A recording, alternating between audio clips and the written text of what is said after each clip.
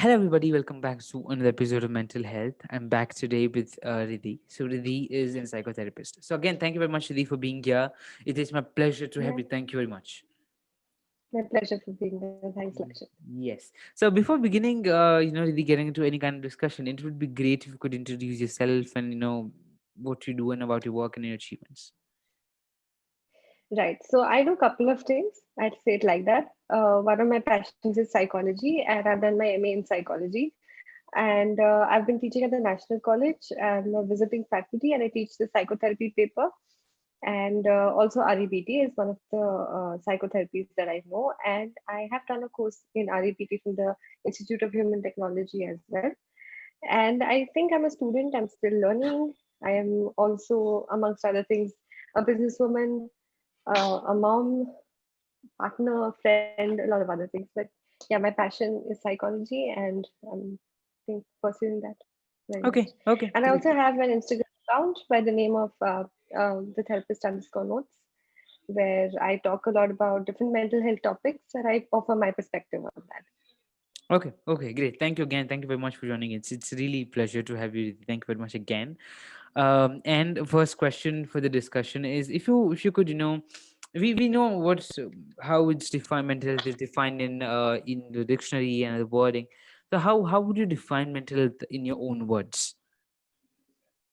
I think mental health is very much like physical health, where we need to take care of ourself, our soul, our mind.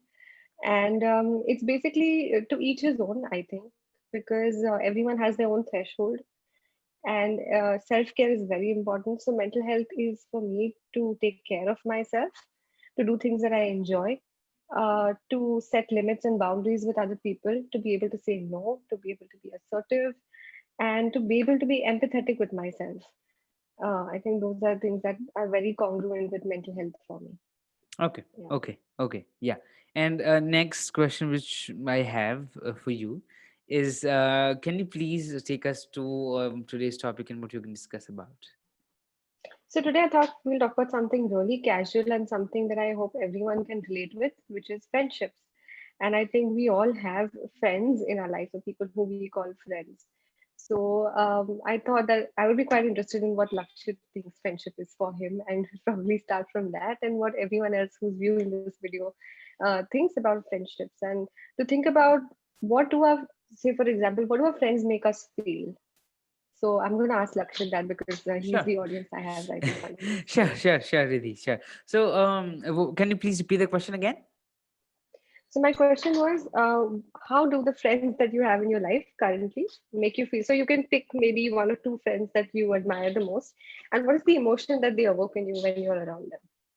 Okay, so yeah, my friendship, my friendship is a bigger, a older one from my hostel days, and which I know for a while now. So yeah, it's more a connection. It's more than a friend, now it just feels like he's a family member. Everybody knows, and we just go on talking and talking, discussing things. Of course, now things have changed because I have got a lot of work and doing this podcast and things.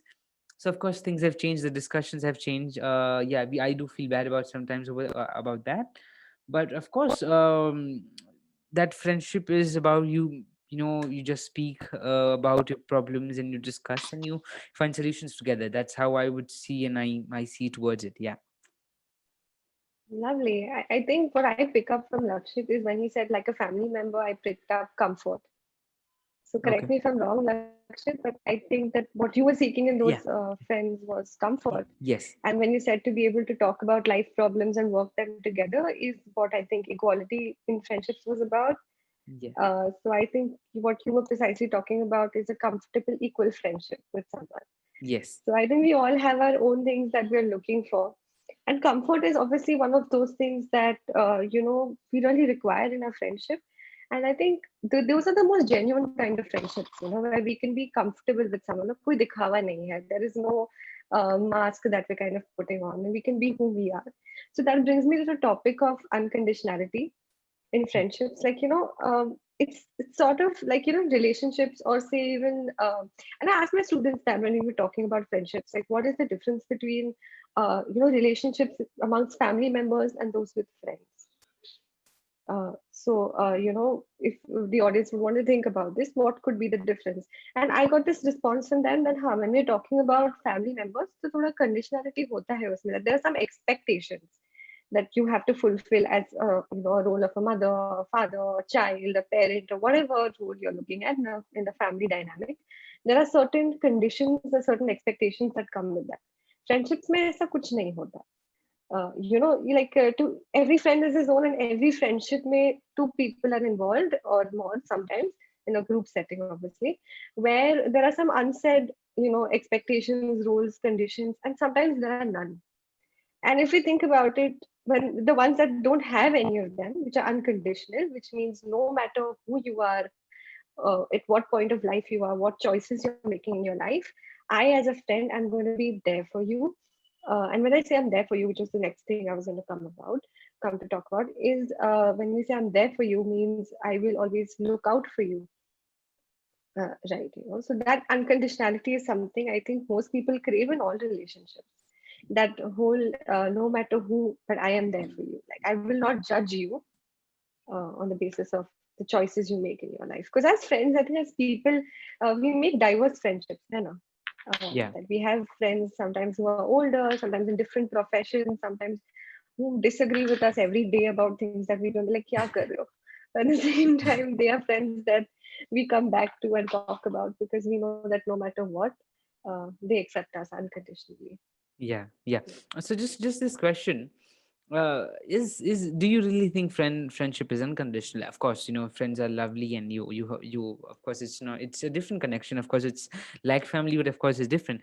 But aren't there kind of some commitment? It's more than conditional. Of course, when you have a friend, you have to give your time to your friend. You have to listen to him or her or anyone. You have to listen to them. You have to understand and help them out, because it's work of friend, right? So do you think friendship comes with an there's no conditions, or there is nothing in friends, and it's like there's only love and affection which is there in friendship? Yeah. So of course, like I said, two people set their own dynamic, like what is okay for you and what's not okay for me. So like if we're friends, then if you feel I'm not listening to you, that could happen. Sometimes, you'll be like, okay, I'm talking to you about my problems, but you're in some other zone. Yeah. What's going on? But I think what matters is that you're able to tell me that, Hmm. because in all different friendships like that, like I said, people are at different parts in their life. Sometimes we share happiness together and things are going right for you and me, and that's great. But sometimes I'm on some other zone altogether, and I'm thinking about, say, my problems while you're talking about your achievements, and we don't align. But the fact that you're able to tell me, hey, I think that you're not listening to me, is there something on your mind, is that you're able to be empathetic towards me and be like, okay, listen, I understand that there's something on your mind, but I also want to talk about something. So do you think that we could, like, find a space to do that? And I think the ability to tell that to each other is important in friendships. Hmm. So that Hmm. was what I meant when I said, Yeah, yeah, being yeah. Just unconditional. it was Yeah. just a question which arrived in my mind, and just wanted to know about that. Yeah, of course. And this sometimes what happens. There are some kind of friendship which turn bad as a relationship. There are some kind of fights or something which, of course, um, you have to break through, and you have to move forward in your lives because of some conditions or something. So how can a person going with such a emotion or such a thing can grow through that friendship? Right. So I think one important thing to realize is that people evolve and people don't evolve together. So in the clients that I take, when I do psychotherapy with my clients, like we speak about relationships in which they tell me this, and I don't know, maybe you've experienced it, and even I have. That I used to hang out with this group before, and they were really close to me. But now when I go to them, the kind of things that they talk about are so absurd. Like some of my clients point out the hypocrisy that they face. मतलब हमारे साथ group में तो बोलते हैं कि we don't talk to people, like we should not discriminate, and then they go out and do things like that, and I'm like, ये क्या कर रहे हो? So values don't align sometimes, and they tell me that we were really close to these people at one point. And I felt that too, that I knew someone so well at one point, but now that I go and talk to them, I can't relate to them at all. And I think that's because people evolve and Hmm. grow, but they don't Hmm. grow at the same pace. Same piece. So experiences define people, they change people, right? And we sort of embrace these changes because wahi to zindagi hai. Like you move on to different phases in life and you want to excel in all of them. So these different phases bring about changes in you as a person, and they do in your friend as well. But you both are not living the same life.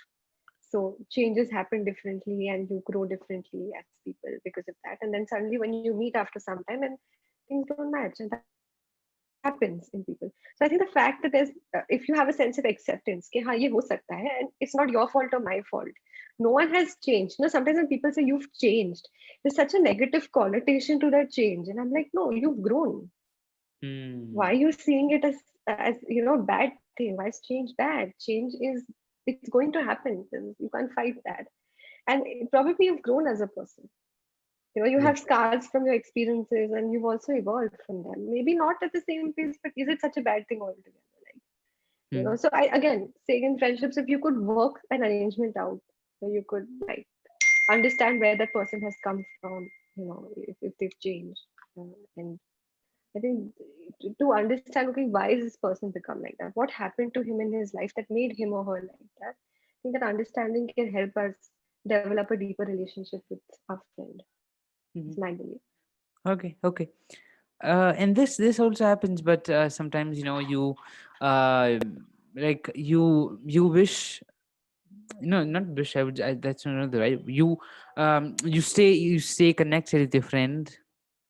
And sometimes you even if you have changed the person, just stay connected. And sometimes the things you try to communicate doesn't pass through, or doesn't the other person doesn't understand it.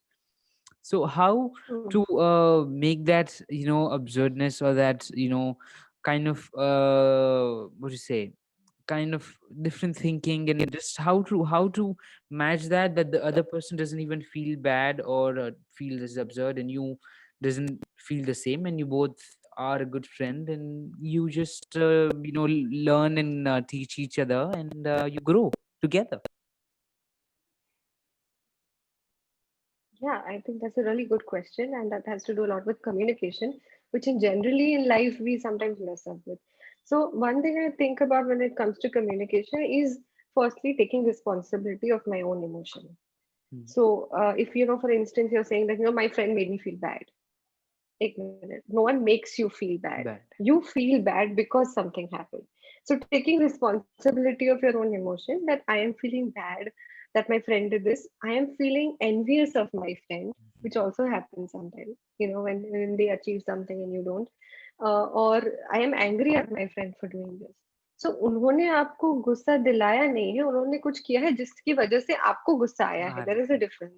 Yeah. And when we, yeah, precisely. And when we take responsibility of that, ki, हाँ, because this happened, I am feeling this way, then we know that, okay, we have to address this, but not, blame the other person for making you feel that way, but saying that, hey, I am really happy for you in the case of Eddie that this happened to you, but I'm also hurting a little bit because I'm feeling this way in my life. Yeah. Yeah. So the ability to be so open with someone is again a genuine friendship. But at least you have to accept that to yourself. अगर मैं खुद को ये accept नहीं कर सकती that this is the emotion I am feeling, how am I going to communicate it to someone? Hmm. Hmm.